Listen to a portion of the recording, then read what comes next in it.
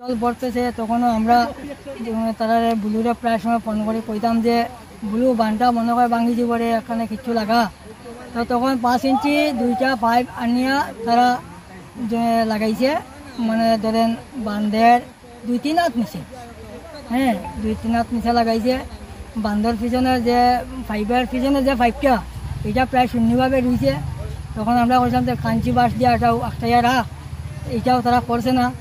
বানটার মধ্যে পাইপটার মধ্যে থেকে ছুটি গেছে কি পিছনেরটা, বান্ধের ভিতরে জল ঢুকছে, ডুবিয়া বান ফাটাইয়া পিছনে প্রায় আমরা সুরজপুর গাঁওসভার প্রায় অন্ততপক্ষে আমরা 3টা ফিশারি সহ বাংসে মাছ সহ ক্ষেতের জমিন সহ প্রায় 15 থেকে 20 লক্ষ টাকা ক্ষয়ক্ষতি করছে।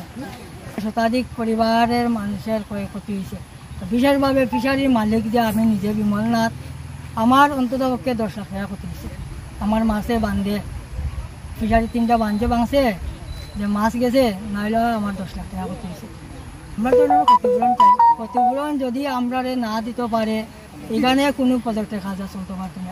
কাজ চলুক বা না চলুক আমরা ক্ষতিপূরণ লাগবে। তোরা আন্দোলন নামবো, যতটুকু যাওয়ার দরকার পড়ে আমরা ততটুকু যাইব। আমিটা তো আমরা ক্ষতিগ্রস্ত দরকার।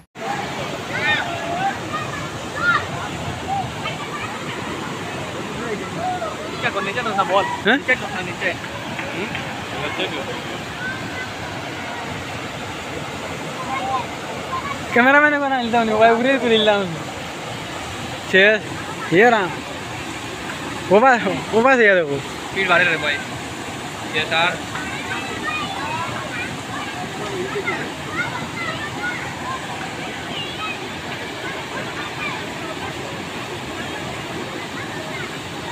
जब हम लोग भैया वीडियो वाला वीडियो बनाना है, हमने मांग के मैं आधा घंटा कोई तो बहुत हो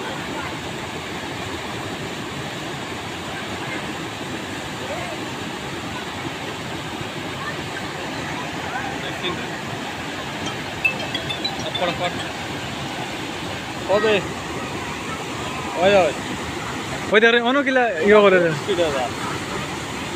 ठीक है क्या कितना करे उधर है नहीं बढ़िया बात वीडियो करता हूं, बढ़िया बात পাথর দিছে, বান্ধের নিচে দিয়া জল চুয়াইতেছে, মানে এনি টাইম জল দাইতেছে।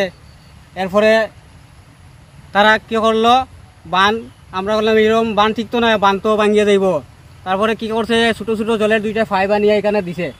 দেওয়ার পরে এই যে প্রচুর জল, এখানে জল এই বাঁধের মধ্যে জল থাকার মতো না, জলটি ধীরে ধীরে এই যে ছোটো পাইপ দিকে জলটা যাইতে পারছে না, অথচ জলের প্রভাবে পাইপের যে মাঝখানে 2টা পাইপ দিয়ে জয়েন্ট দিয়ে দিয়েছিল সেখান থেকে একটা পাইপ ছুটে গেছে। ছুটার সত্ত্বেই জলের ব্যাগ যে ব্যাগ, এই ব্যাগে বানটা ভাঙছে। অথচ বাঁধের যে দুনো সাইডের যে গভীরতা আছে প্রায় 5 থেকে 7 ফুট উঁচু, আর বাঁধের নিচটা ঠিক মিডিলটা প্রায় 5-7 ফুট নিচে ছিল। সেই কারণে বানটা ভাঙছে। বানটা ভাঙার সাথে সাথে আরও 3 জন মানুষের 3টা মাছের ফিশারি ভাঙিয়া গেছে।